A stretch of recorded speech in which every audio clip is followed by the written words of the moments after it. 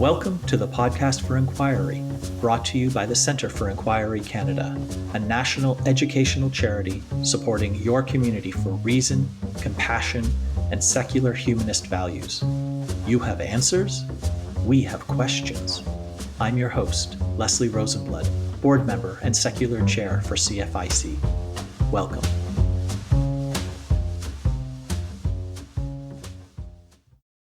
We welcome back to Podcast for Inquiry, Catherine Nixey. Catherine is the award-winning author of The Darkening Age, the topic of a previous Podcast for Inquiry episode, and of Heresy, Jesus Christ and the Other Sons of God. Catherine currently writes for The Economist and lives in England with her husband. In today's episode, Catherine and I discuss why scholars now refer to early Christianities instead of early Christianity. We talk about how the meaning of the word heresy has changed over the centuries and why Christianity grew from a fringe cult with few followers, disdained by the intelligentsia and people in power, to becoming the largest religion in the world today. We also touch on what we lost with Christianity's rise, and much, much more. It's my pleasure to welcome back to Podcast for Inquiry, Catherine Nixey. In accordance with Catherine's wishes, this episode is audio only. Catherine Nixey, it's my pleasure to welcome you back to Podcast for Inquiry. Oh, thank you very much for having me. This is your second time here, and you're only the second guest that I've asked back, but I've asked you here because you've written a new book. It's called Heresy, Jesus Christ and the Other Sons of God, which is a very interesting title, and it's a great book. When we concluded our last interview, one of the last things that I did was to read the conclusion of your previous book, The Darkening Age, because I just found it so powerful and moving. And so I thought it would kind of bookend, it would be a nice bookend of ending the last interview, our last conversation with the end of your previous book. And I want to read the opening paragraph of this one because I found it quite compelling and really wanted me to read the rest of the book. So here's your first two paragraphs of Heretic. Even when Jesus was small, the villagers realized there was something unusual about him. Perhaps it was because he showed a certain confidence, bordering on arrogance, in the way he spoke to adults, or perhaps it was due to the way his parents, Mary and Joseph, treated him, with a respect that at times seemed to verge on anxiety. Or perhaps it was because he killed people. Now, that's quite the opening because that's not the story, that's not the image most people have of Jesus. So how did you, can you tell us why Jesus killed people, or why why Mary and Joseph would be anxious about Jesus killing people? Well, in a way, a better question is, why wouldn't Jesus kill people? Because you're the son of an omnipotent God and you can do whatever you like. And I think anyone... Because he's such a nice guy. He's the Well, he turn the other cheek and be generous and love thy neighbor. And God is a loving God. So if you are the son of a loving God, this is what the whole New Testament proclaims, then killing people is almost the antithesis. I mean, there are different versions of the Ten Commandments, but all of them include a do not murder or do not kill. yes. Thou shalt not kill in it. Yeah, although in defense of murderous Jesus, it does appear that his father God hasn't read the Ten Commandments because he kills quite a lot, quite often. In the Old There is that, yes. He does. So this massively appealed to me. Obviously, this story. So I talk about my background in the book, but I was brought up by a monk and a nun, a former monk and a nun. And definitely when I went to church and went to school, Sunday school, I absolutely got the long-haired, bearded, Sunday schools and sunbeams kind of Jesus. I did not hear about the murderous Jesus.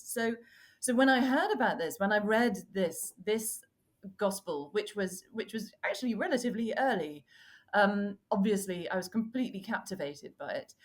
And firstly, it's fascinating because it makes you realize when we talk about Christianity in the ancient world, we're using the wrong word. Scholars now say Christianities, which sounds sort of a bit like the kind of annoying thing that academics would say just to make everything seem more complicated than it was. But in this case, it definitely was more complicated than we think of it. There was not just one ancient view of Jesus. And the other reason I love it is that it makes us go back to the Bible and look at what actually the Bible says about Jesus, because he isn't that nice in the Bible often. I mean, my mum was pretty strict. She'd been a nun, she'd been a headmistress, and that certainly, if I had spoken to her the way that Jesus speaks to Mary, I would have got into a lot of trouble. But Jesus outright says in places in the Bible, "I've come not to bring peace but a sword." If you've read Anna Karenina recently, that's one of the things that the character of Levin finds the hardest. He finds it genuinely discombobulating. And I think what we've had with Christianity is it has peddled this idea that it is one singular story. In the beginning was the Word. There is the Word of God. There is the Bible. But actually, it's a lot more plural than that. I mean, just the word, the Bible, is a bit deceptive itself. It's from the Greek, and it's not, the Greek word for book is biblos, but actually the Greek is hoi bibloi, the books. So Christianity is way more complicated than most of us are brought up to believe.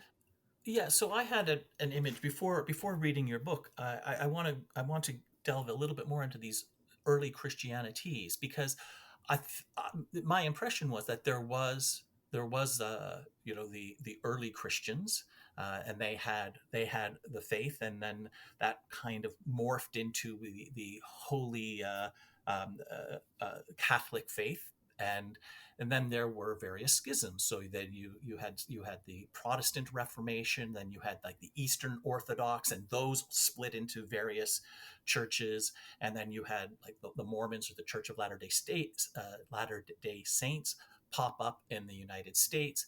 And I remember reading an article, I think it was last year, where the number of Christian denominations in the world can be numbered in the tens of thousands.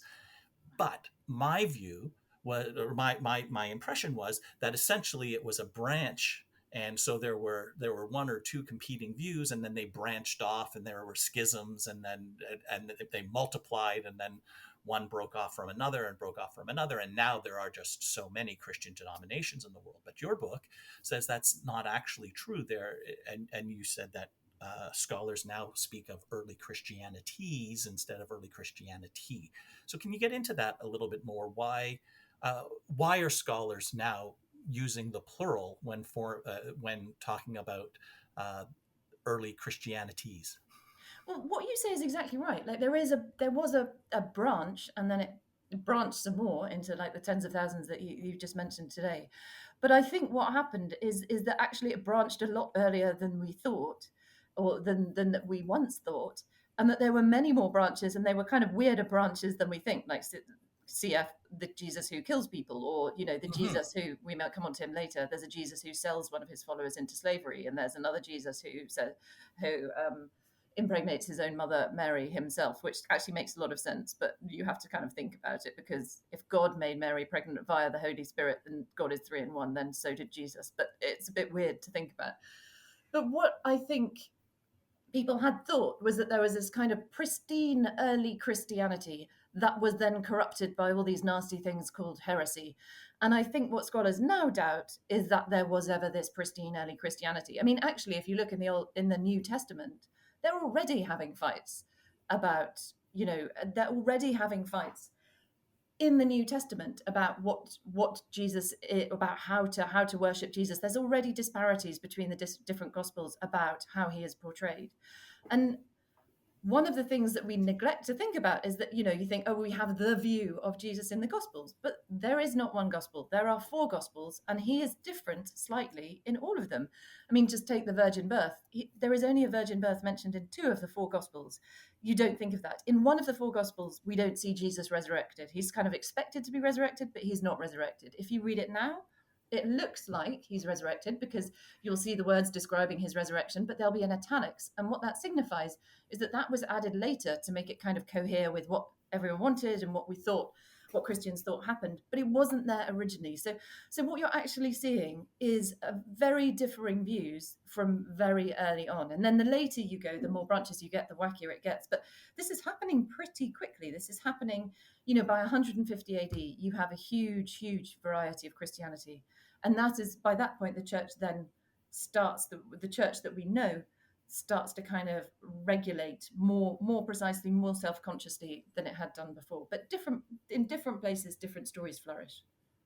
Okay, so I've got so many questions and I can only ask them one at a time, which is a great frustration I often have on this podcast. You mentioned that there are the four gospels, and I know that there are the four gospels, and I also know that uh, at some point there was a selection process. I know that there were other gospels, but I don't know how many. I don't know how those four were chosen, and and I believe in your book you said that the gospels that existed but were not chosen to be canonical are referred to as apocrypha. So can you explain the process of how many gospels there were, what the selection process was, why these four were chosen to be the true four, what was left out, what was incorporated. Like I'm kind of fascinated by this process because there are many people who look at the Bible or their sacred scroll, and for Christians, that's the Old and New Testaments, as like directly from God. This is God's word. There's no human interpretation involved, and but yet, if we look at the history, there very much was like as to like what's actually in the Bible was a choice. So, can you talk about how that choice was made and why there are four instead of one or four instead of 12? It's a really interesting question, and the answer is that why are there four instead of one?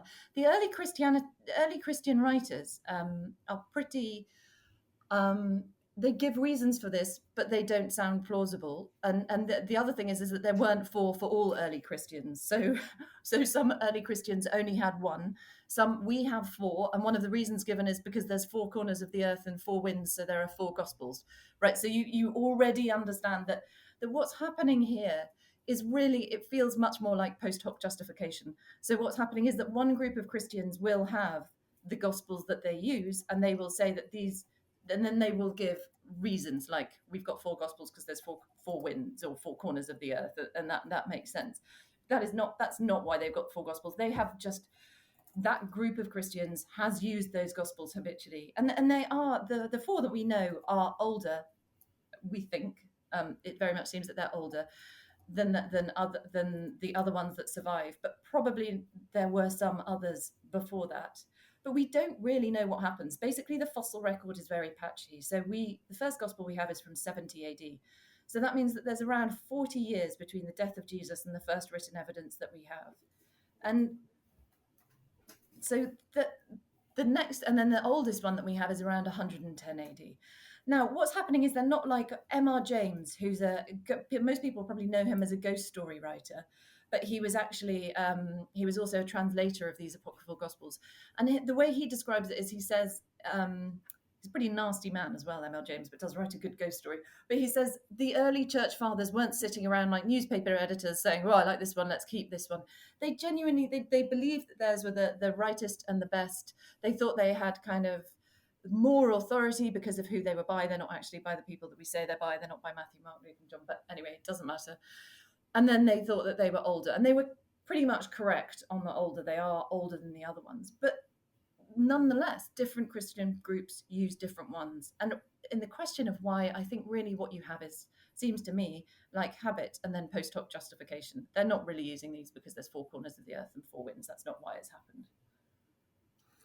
So the four gospels that were chosen, they were chosen because they were the most consistent with each other, or because like who made the choice about what to include and what to exclude, and what criteria did they use to determine like how many gospels were they selecting from when they finally landed on Mark, Matthew, Luke, and oh gosh, I can't believe I'm blanking on the fourth. John. And John, yes, such such an obscure name. Of course, I forgot it. So I think they're not picking them consciously. I think that's the kind of not quite the way to think about it. I think this is the way that kind of critics in the Victorian period thought about it. That they were sort of saying, "Oh, I like this one, I don't like this one." They're not selecting stories like M.R. James says. They're not selecting stories like a newspaper editor saying, "I want this one, I don't want this one. This one goes better with that." This is Okay. what one particular group, who we call the proto-orthodox, have, and they already feel that they are better. However, there are other groups that use different ones. Some churches have three, some have one, some do away with the Old Testament entirely. So what you're getting is different groups doing different things and then giving their own internal reasons for that. But what you're not actually getting, I don't think you're getting them like a kind of group of modern linguists who are sitting around trying to work out which thing is older, and then they're not doing this in a scientific way. It is their culture then added to with kind of thought words afterwards. Well, yeah, I've said it already, but kind of post hoc justification. That's what's happening, and different groups in different places use different gospels. So today, if you go to Ethiopia today, they will read from a work that's called the Book of the Cock, in which Jesus resurrects a cockerel, a chicken dinner, kind of, and sends it into the sky, and that's not considered odd. That's just what you will. That's a reading that you will get. And if you went to India, so at certain points, they would be reading from a gospel in which Jesus sells one of his followers into slavery. So different places choose different ones, and then each one considers theirs to be perfectly correct. So there's a lovely account of I think he's a Jesuit priest in about the 14th century who goes traveling, and he's in Ethiopia, I believe, but off the top of my head, I can't quite remember where he is. But he comes across a group of Christians, and he seems to think that they are the correct Christians and that everyone else is mistaken. And that's what you get.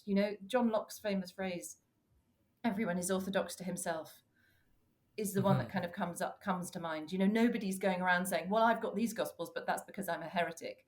Everybody thinks that they have the correct gospels. And actually, that brings me to a good question. You titled your book "Heresy," and that brought to mind the word heresy, which is a form of heretic.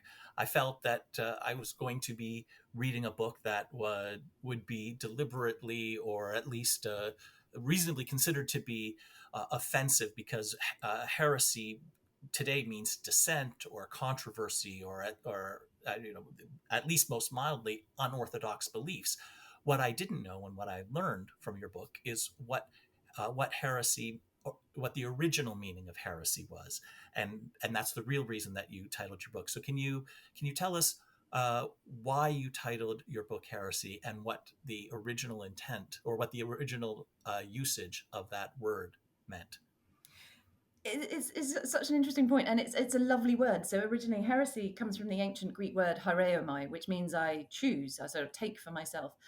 And in the word hieresis, which is the Greek word that we get heresy from, it means a choice. And it particularly came to mean an intellectual choice, like an intellectual school. So if you followed this ancient Greek doctor called Galen, who lots of people will have heard of, then you would have followed the hieresis, the heresy of Galen. Now, heresy doesn't mean what we think it means in this period. It's a really positive word. So they've scanned ancient literature, scholars scanned ancient literature to see if it has any negative connotations, and actually they can't find any.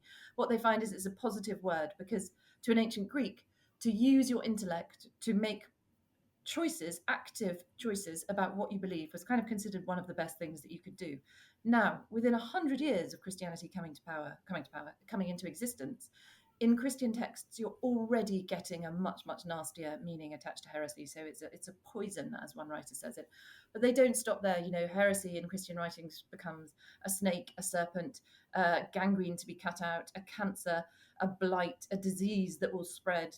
And it becomes, in the word of St. Augustine, who always has a wonderful way with metaphor, he says, heretics are shit to be voided from the body of the Catholic Church.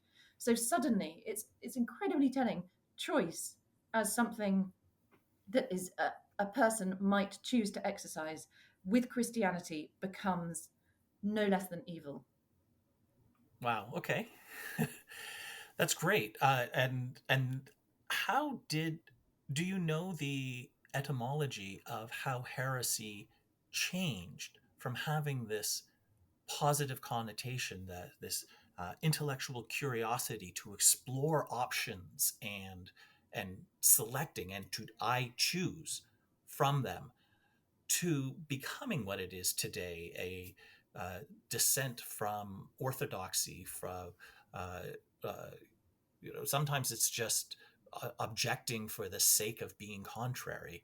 But heresy generally does have very negative connotations today. How and why did that change almost entirely over the course of 2,000 years? Well, it changes very rapidly with the arrival of Christianity, and it goes hand in hand with a lot of other Christian messages. So Jesus says, I'm the way, the truth, and the life. He doesn't say, I'm one of the ways, one of the truths, one of the lives. You have to be them or you're nothing.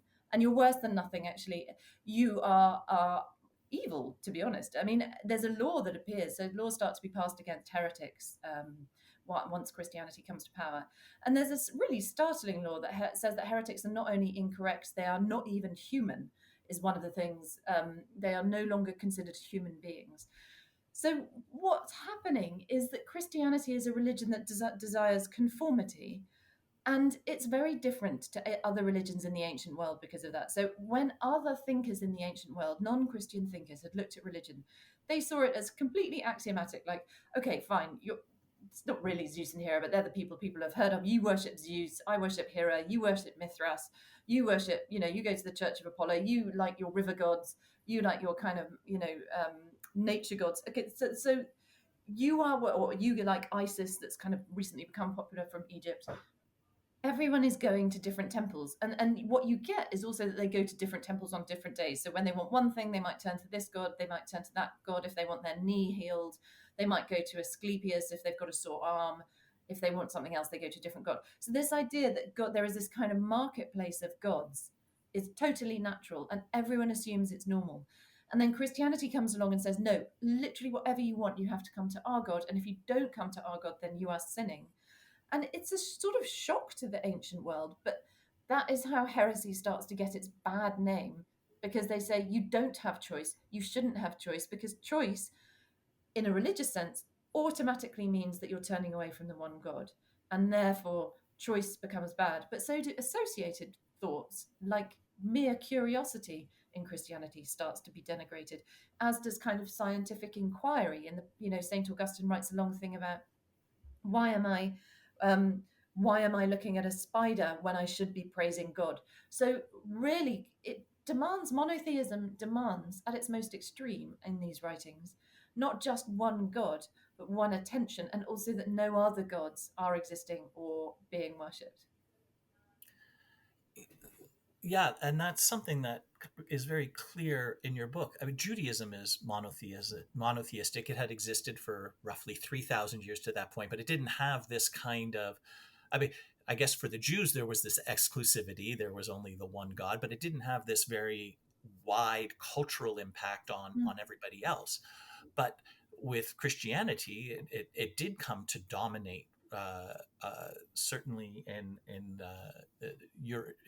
what is now Europe and the Near East, and I think Northern Africa as well. But at its early phases, it was a bit of a cult, in the sense it was very fringe and not a lot of people believed in it. And you document in your book that it was that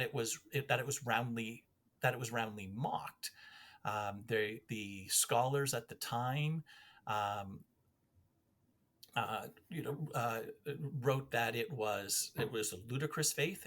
Why, asked the irritated Celsus? This is a quotation from Heresy, from your book. Why, asked the irritated Celsus, is it that all our stories are to be regarded as mere legends, while yours is to be regarded as noble and convincing? And this was a fairly common approach of or reaction to Christianity. So another quotation from your book is: "Far from greeting the tales of Jesus with breathless awe, the reaction of most ancient intellectuals seem to have been one of contempt or boredom mingled with barely concealed mirth."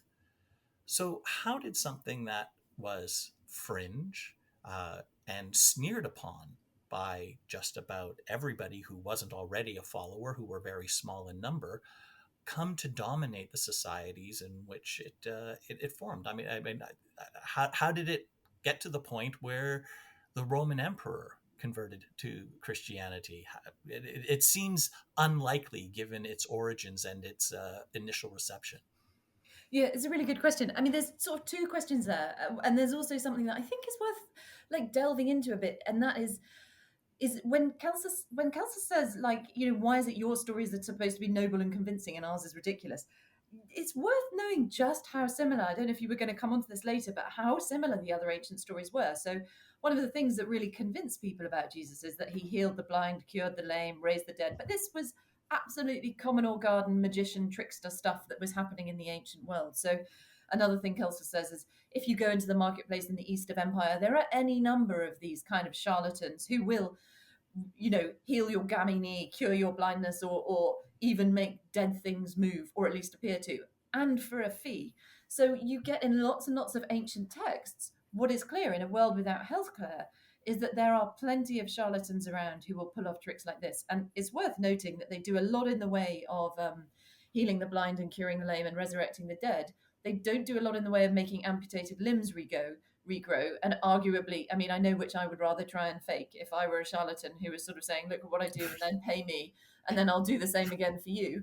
I am Right. going to say, like, right, you lie there and then I'll help you walk again.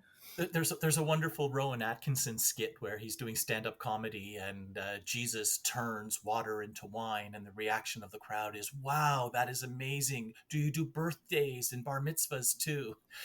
Yeah, exactly. Like, I mean, so what you again and again you get the reaction that they're just making money. So one of them basically says everyone knows that the way to get really rich really quick is found a religion, and that, like, that sentiment. I mean, people all have heard it in the context of today in various contexts, but this is what they see happening. They see that these people, and there's so many so-called prophets around that they can parody them. He says, we don't know to what extent Kelsus might just, he clearly has it in for the Christians. He might just be making fun of Jesus. But actually, you hear other things. So he says things like, oh, they all say, oh, the world's going to end, but follow me. And then if you follow me, you'll be saved.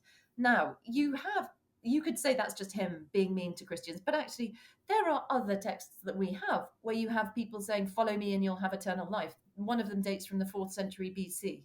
And you have other ones which date another one where a slave person says that he's going to come and he's going to rule over everyone like a king.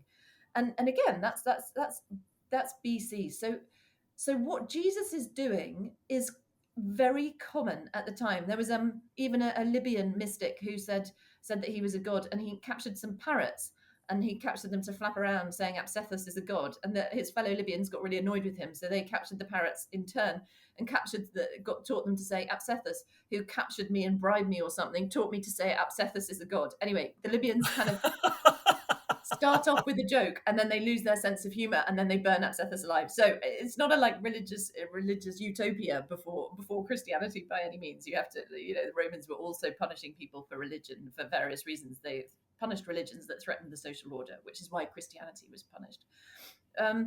But you have a lot of healers and frauds and charlatans moving around in the Roman Empire.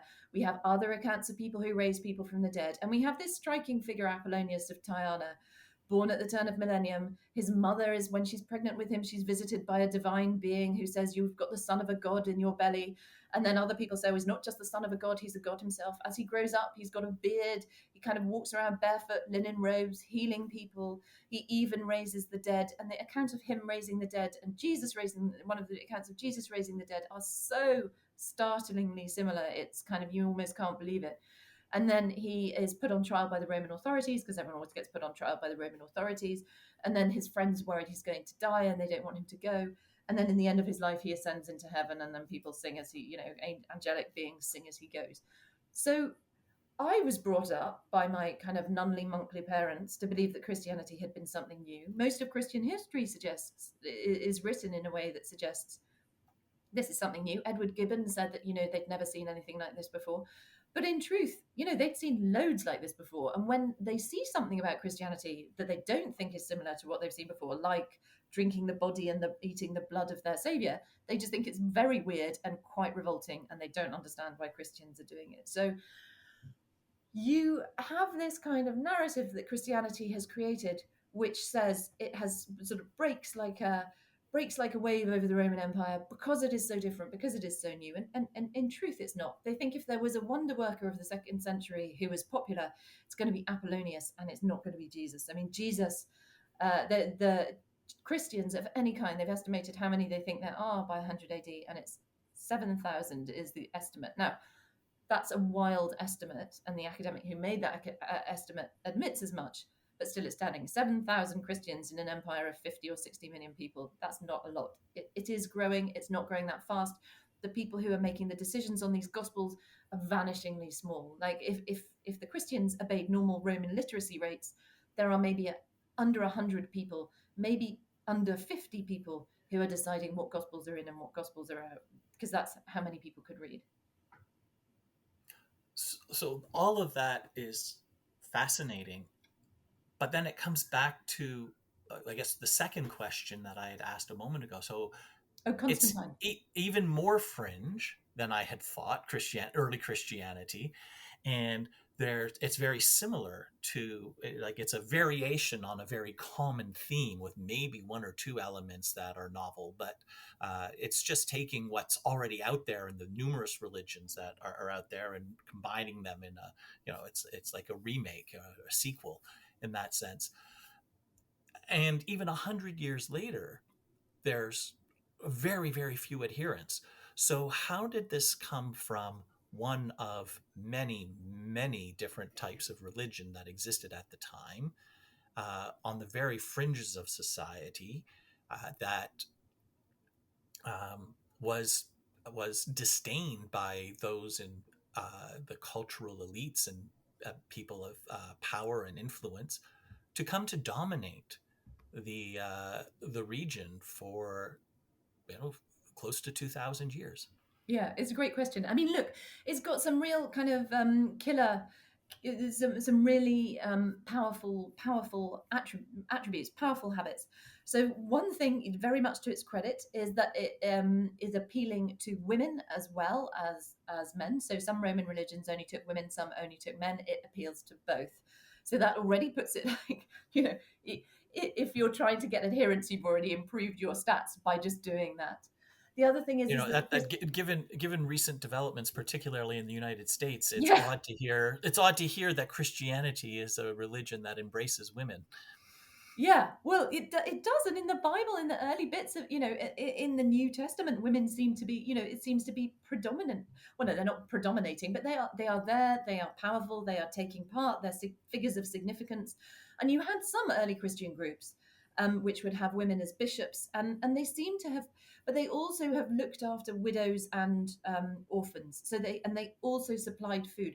So they really looked after their own, and they also kind of helped with burials and things like that. Things that we don't think of that were actually very expensive and very difficult and tough in the ancient world.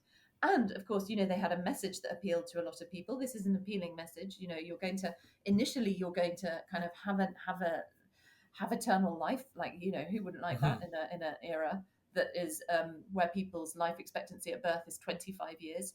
Who wouldn't want to know that if their child, who horribly high rates of infant mortality, who wouldn't want to know that their child is going to be safe? Who wouldn't want to hope in a world with no healthcare that if they pray hard enough, that something nice will happen? So it had all these enormously positive things that it did, and that were, I think, you might not, today we might not like the praying. We might think that's kind of delusional. But I mean, I have to say, in a world where there is no healthcare, yeah, I assume what comfort you can get. It seems to me pretty reasonable to take. So it has that. Plus, it's a proselytizing religion, so it wants you to go out and convert other people, and that's unusual in the ancient world. Other religions aren't doing this, so they're not sort of saying that you should go spread the word. They're not doing that. Christianity is. And then it has this other thing that it says that once you've converted to me, then you have to leave all the others behind. So already, it's a bit like a fir tree that kind of whose needles poison the ground underneath it. It is at once growing rapidly itself, and it's stopping the growth of other religions. And academics have sort of looked at this, and it does appear that if you do adopt a kind of aggressive monotheistic approach, which is what I think you should characterize Christianity as, then that will help you succeed. And then it lucks out. I feel there's different arguments. Some people say, oh, it was spreading so fast, it was always going to take over. But I'm not convinced by that, because it could have just plateaued. It lucks out with Constantine. Now, Christians have portrayed Constantine's adoption of Christianity, however you want to call it. I think conversion is probably a bit strong. So Constantine is in the 4th century. This emperor called Constantine comes, he's in power. He's almost got total power, not quite yet. And he adopts Christianity. And he has this vision where he sees a sign in the sky, and it says, in this sign you shall conquer. And it's not the most Christian message in the world, but anyway, he takes it, and Christians will take what they can get at that point. And he then starts favoring Christianity. Now, this is not as unique as Christians again would later portray it. Emperors were always seeing signs in the sky. Augustus saw sign. Augustus, the first emperor, he saw a sign in the sky. Elagabalus would adopt a previous emperor who was completely mad and only served his guests entirely blue meals. He also adopted a new Eastern religion. So other emperors would do what Constantine did, but Constantine's big kind of strength, and the reason that I think, he really changed the fate of Christianity, was that he didn't die. Most Roman emperors died really quickly. You were more likely to die in your bed if you were a Roman gladiator than if you were a Roman emperor. So other emperors adopted strange Eastern religions, because religion was then, as it kind of was in the 60s, seen as a kind of Eastern thing. They adopted these religions, but then they died really rapidly. But Constantine doesn't. He lives for 30 years, and then his sons live on.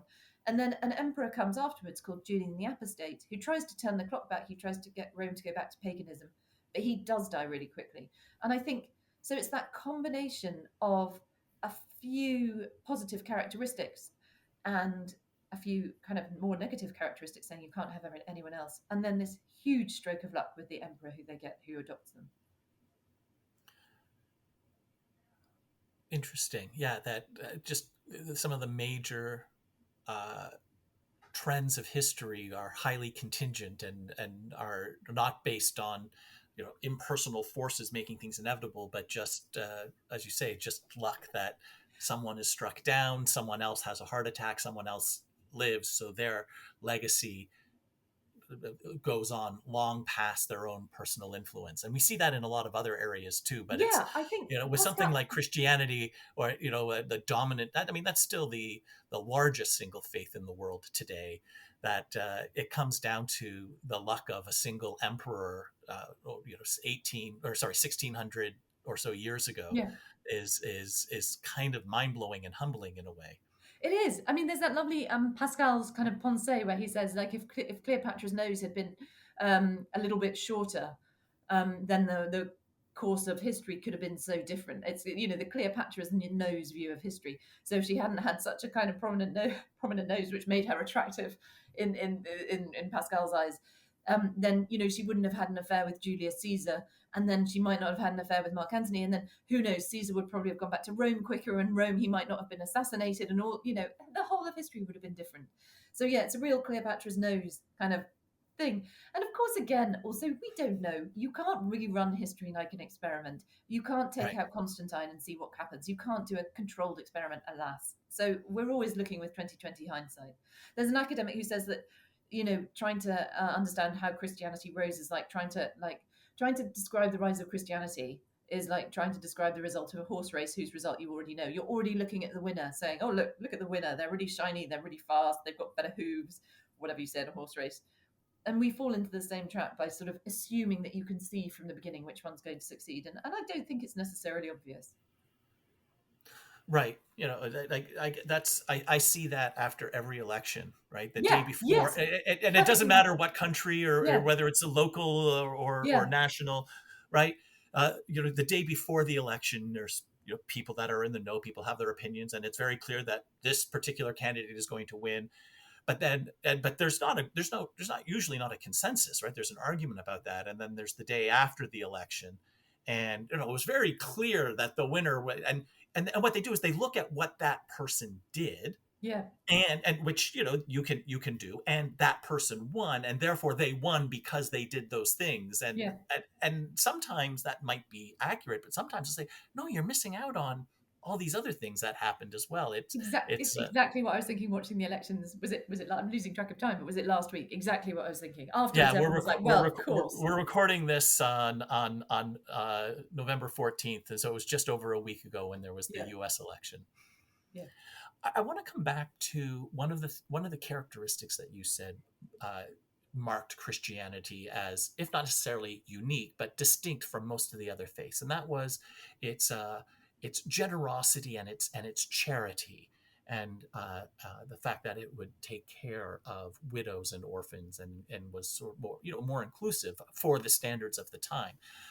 And yet, if we look as far back as Augustine, he dolefully, and I'm going to quote you, because that didn't stay.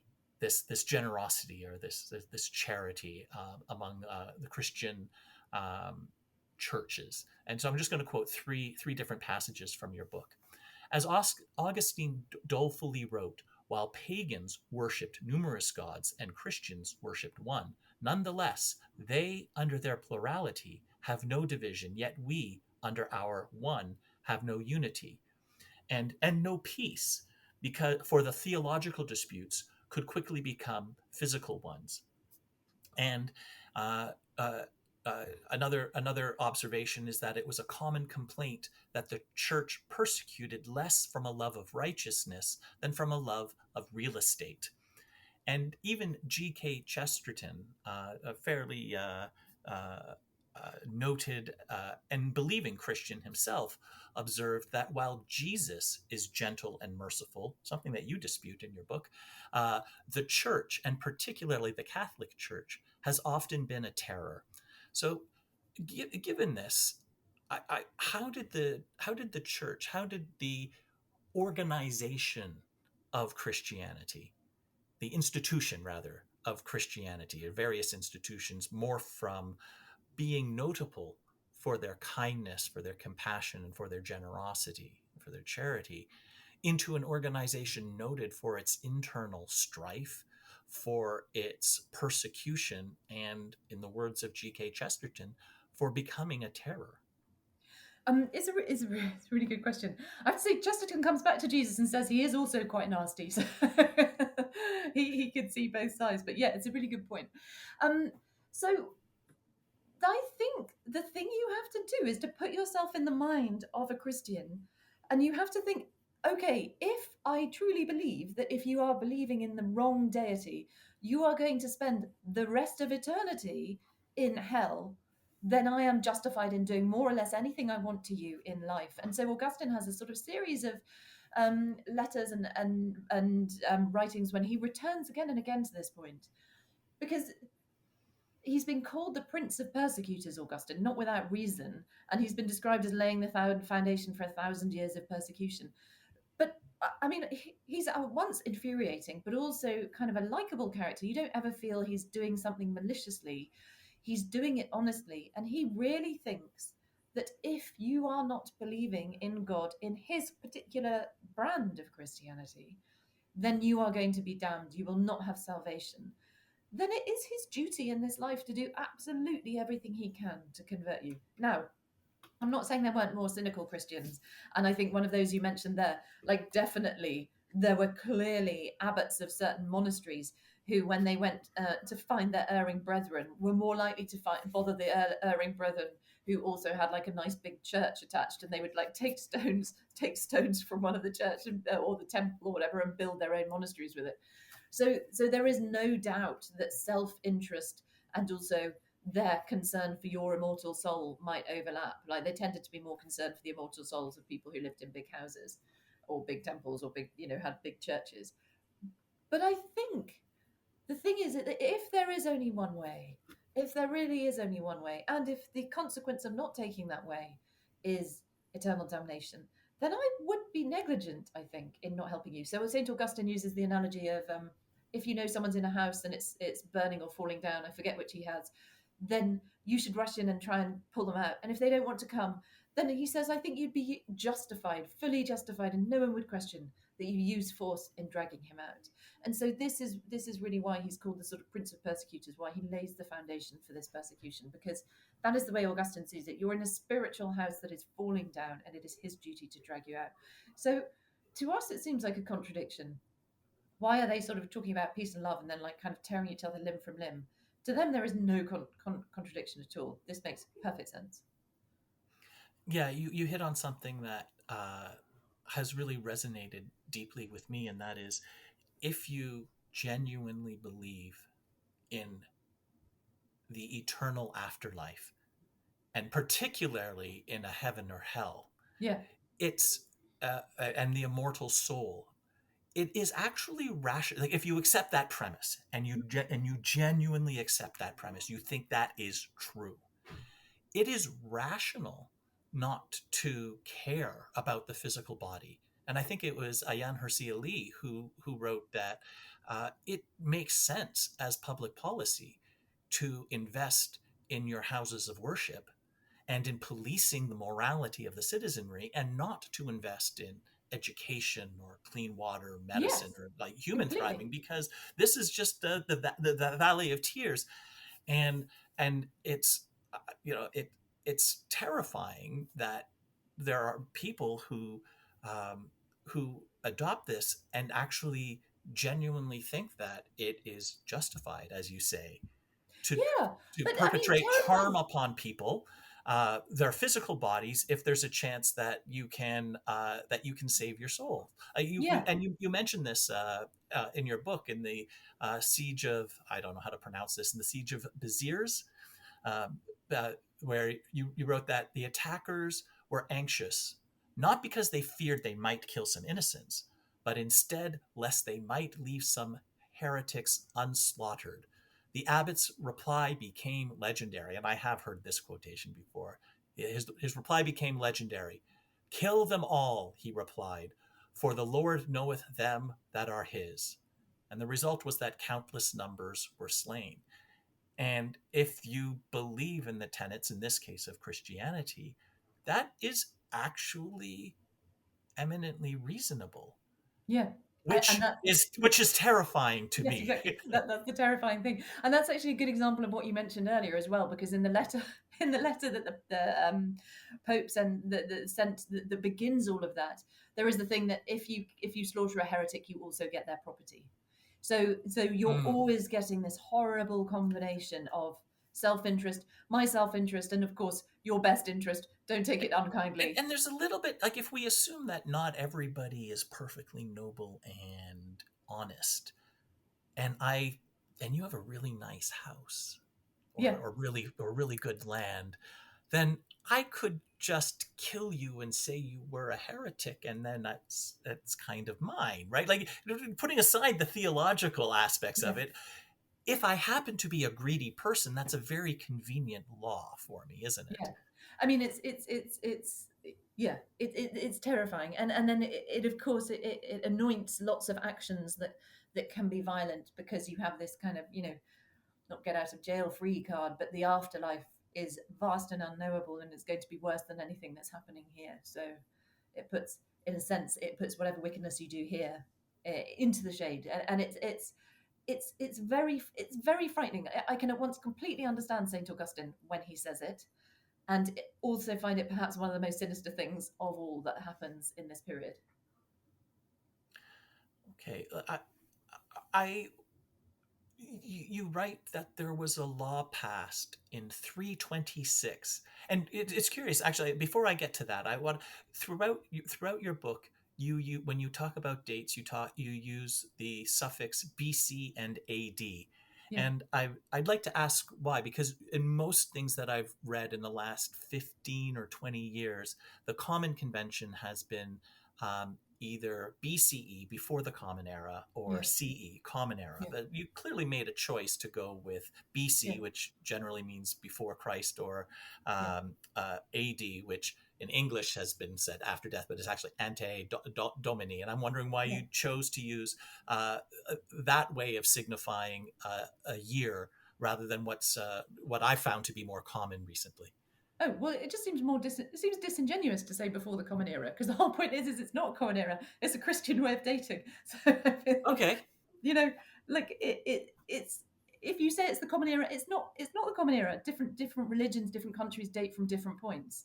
Like it's common in the sense of that it's common in the West, but it is not shared by everyone. And I think if something is a Christian point in dating, and it comes up in the book, so I mentioned this in the book, but this way of dating is adopted to say that time itself hinges on the birth of Christ. So it's BC is before Christ, AD is Anno Domini, in the year of our Lord. And the Venerable Bede, who is one of the ones who popularizes this, he's an English historian writing in Latin. And he says, I do it so that we can better be reminded at all times of our Saviour. So I think it's worth knowing where Christianity has infiltrated, because Christianity is so huge and so fundamental to Western history that we sometimes fail to see it. Like, the Bible, I say this in the introduction, but it's put words into our mouth, to the extent that the phrase put words into your mouth comes from the Bible. That comes from the King James Version of the Bible. Now, and I think where it's changed our weeks, it's changed the calendar of our years, it changes when we go on holiday, it changes, the way we think about pretty much everything has some kind of Christian undertone or overtone or whatever you want to call it in it. And the skylines of our cities, if you look out, you see in Europe, you will see crosses, you will see churches, you will see Notre Dame in Paris, you'll see St. Paul's in London.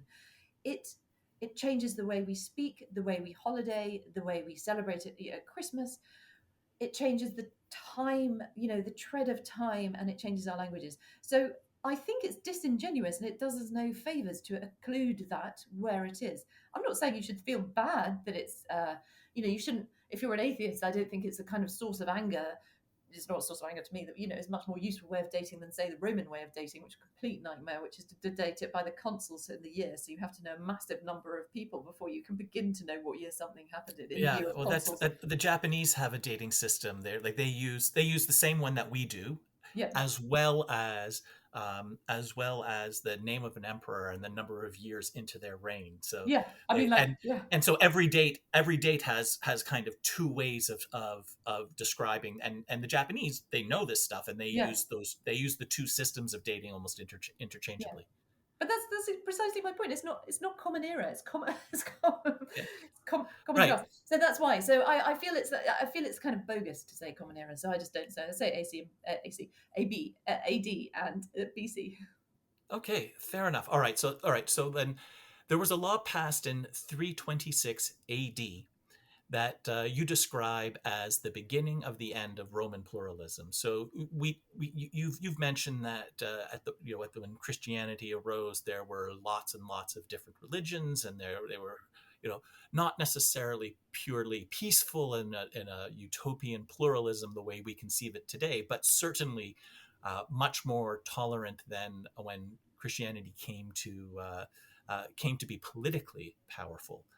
So, in addition to being an argument for secularism, government neutrality in matters of religion, I'd like to know what the law was and why you decided to mark this law as the beginning of the end of Roman pluralism. 326, a terse new law appears.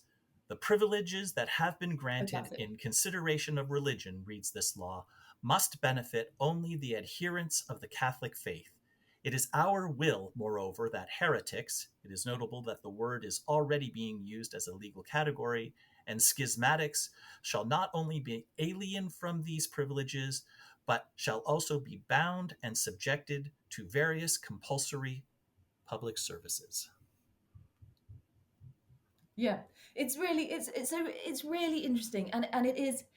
I do feel it is a big change. So it's not a big law. It's not kind of saying, because what you think when you hear the word heretic is that these people are all going to be being burnt at the stake, and that's not what happens actually in this period. What happens is it's more you get these kind of drab legal things that kind of punish the priests from one priests or adherents from one religion and privilege those from Christianity, the Catholic Church.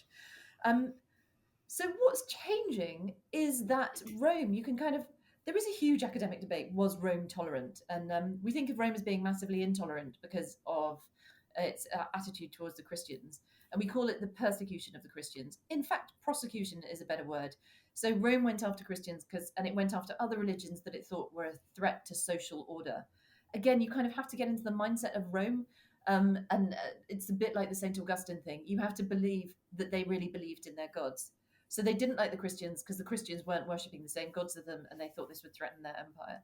And what you get with this law, sorry, and so you get Romans going after other religions that threaten social order. So it also doesn't like people religions that cause their followers to castrate themselves. It doesn't like religions that cause followers to commit suicide. It bans these, and it can kind of quite ferociously punish any religion, to the point, like the Christians, where it will torture them publicly, that it feels threatening its social order. But what it's kind of punishing is something a bit closer to treason. It doesn't kind of care what's happening in your heart, the Roman Empire. So you can say you're a Christian. If you're a Christian, but you do a little sacrifice to the emperor, you get away scot-free. You don't have to, they don't care what's in your soul. What happens with Christianity is, firstly, they do care that what's in your soul. And it's more of a nothing except rather than an anything but. So Romans didn't like anything but things that threatened the social order, and then it would prosecute. But it would prosecute, it would take you to court and things like that. You know, it would go through, most of the time, it would go through a sort of process of doing this, and you could get out at any point. What Christianity would do is that it wouldn't necessarily prosecute, it would just act. And it would also, it was anything except Christianity. So it's suddenly, I think that in itself is a huge change. So it's not prosecuting one particular thing for one particular act that it doesn't like. It's saying, unless you are with us, you are against us, and you are going to have a punishment for that. And then from that point on in the law, the punishments, the kind of threats become more and more serious. Yeah, I uh, one of the things that really struck me both in this book and particularly in The Darkening Age, and that really offends just my own personal sensibilities, is the destruction of knowledge. I remember it was, I don't know, late 2000, maybe early 2001. The Taliban in Afghanistan blew up Buddhist statues that were thousands of years old, and I remember it's like it's fine that like you're Muslim, but like they don't destroy humanity's heritage. These are wonders from thousands of years ago, and I was deeply offended that they destroyed that. And one of the things that became clear in your book is that this has been a common theme throughout Christianity's history. I just want to read a couple passages from Heresy on this theme. To try and understand Mithraism from the few scraps of largely hostile writings and archaeology that remain is like attempting to understand Christianity by reading a single atheist magazine and looking at the ground plans of a church. It is more or less impossible. There is almost nothing left.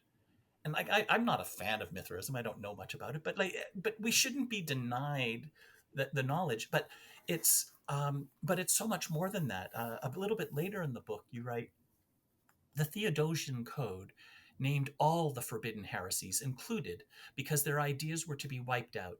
It lists those sects whom it would eventually destroy. The Novatians and the Sabbatians, the Eunomians and the Valentinians, and I apologize if I mispronounce any or all of these, the Priscillianists and the Phrygians, the Borborites and the Messalanians, and the enthusiasts and the Donatists and the Audians and the Hydroparastate. Oh, I'm not even sure how to pronounce this. The Hydroparastate and the Tascodrogite and the Photini and the Photinians and the Paulians and the Marcellians, on and on and on, naming and preserving, destroying and erasing, all in one. And and the last thing that and another thing I read is that the Index of Prohibited Books, which is a publication of the Catholic Church, was first drafted in 1557 and didn't cease production until 1966. That's over 4 centuries of direct, blatant, and unfortunately very effective censorship.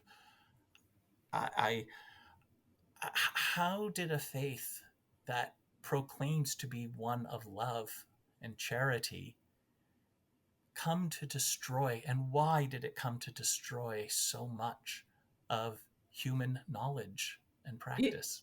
yeah, no, it's so interesting, isn't it? Uh, the index of prohibited. When my father was at school, my father went to a Catholic boarding school. They still had their books stamped with the imprimatur of the Catholic Church, sort of saying this has been approved. This has been approved reading for for you. So that was in the 1950s. He was still seeing books in the library like that. But it is tied in to this word heresy because it is, they don't want curiosity. You only need their kind of way of thinking. And in defense of Christianity, what thinking we did have from the Catholic world, the classical world that survived a lot of it through Christians. I mean, a lot through Arabic scholars as well, but a lot through Christians. But they didn't preserve very much. So, like, we think maybe 1 or 2% of all classical literature survives. I mean, it's a huge, staggering loss. And part of the loss is because Rome, the Roman Empire falls, but part of it is definitely because there's an absolute lack of interest in copying it out. So they don't. You have a choice of what you're going to preserve. Are you going to write out loads and loads of Bibles, or are you going to write out the works of Democritus, a classical thinker who said that we're all made of atoms? Well, no question, you're going to write out the Bibles, and you're going to write out more Saint Augustine. And why did they do it? Because, if you read St. Augustine, he says very clearly, so he has this lovely passage, I mentioned it earlier, about watching a spider. Now, we have these wonderful descriptions of other ancient thinkers looking at spiders. So we have Pliny looking at it, and he said, look at the amazing way it makes its web with its feet, and it's so clever, and you have to admire it. And then you have Aristotle, who I love, a Greek philosopher, who is really he feels like the first biologist, and he describes how a spider lays its eggs. He describes how it kind of mates.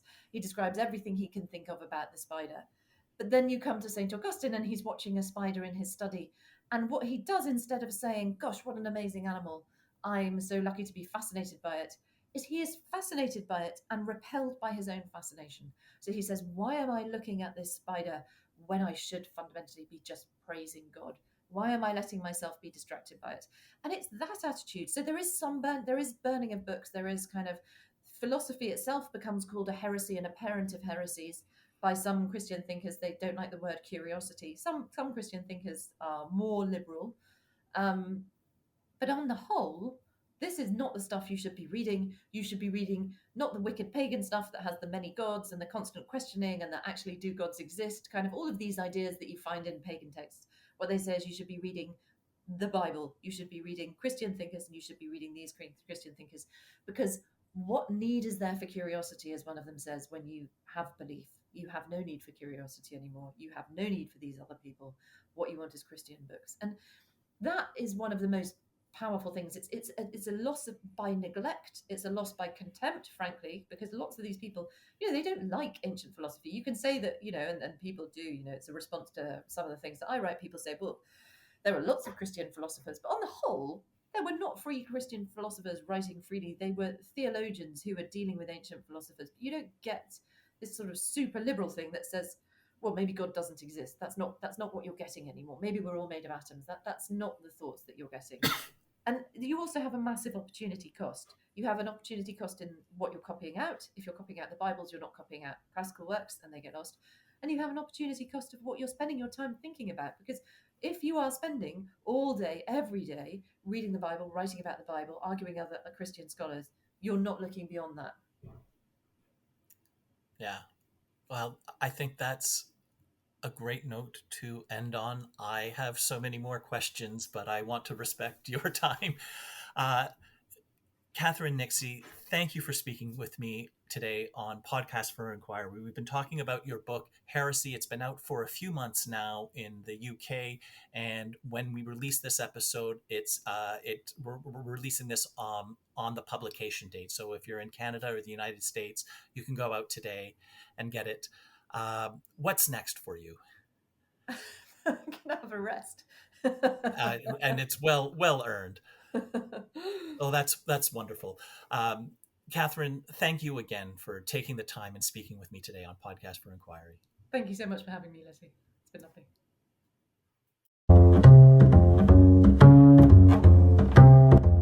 If you enjoyed today's episode, please show your support at patreon.com/podcast4inquiry and give us a 5-star review.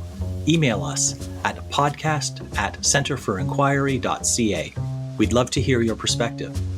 The Podcast for Inquiry is brought to you by the Centre for Inquiry Canada, a national educational charity supporting reason, compassion, and secular values. Help us support rational discourse and evidence-based decision-making by becoming a member at centerforinquiry.ca/join. CFIC is on the web, centerforinquiry.ca. We are on Facebook, and follow us on Twitter or X at CFI Canada. Podcast for Inquiry is produced and edited by Zach Dumont and Martin Zielinski. Music by Anthony Lazzaro. I'm your host, Leslie Rosenblood. See you next time.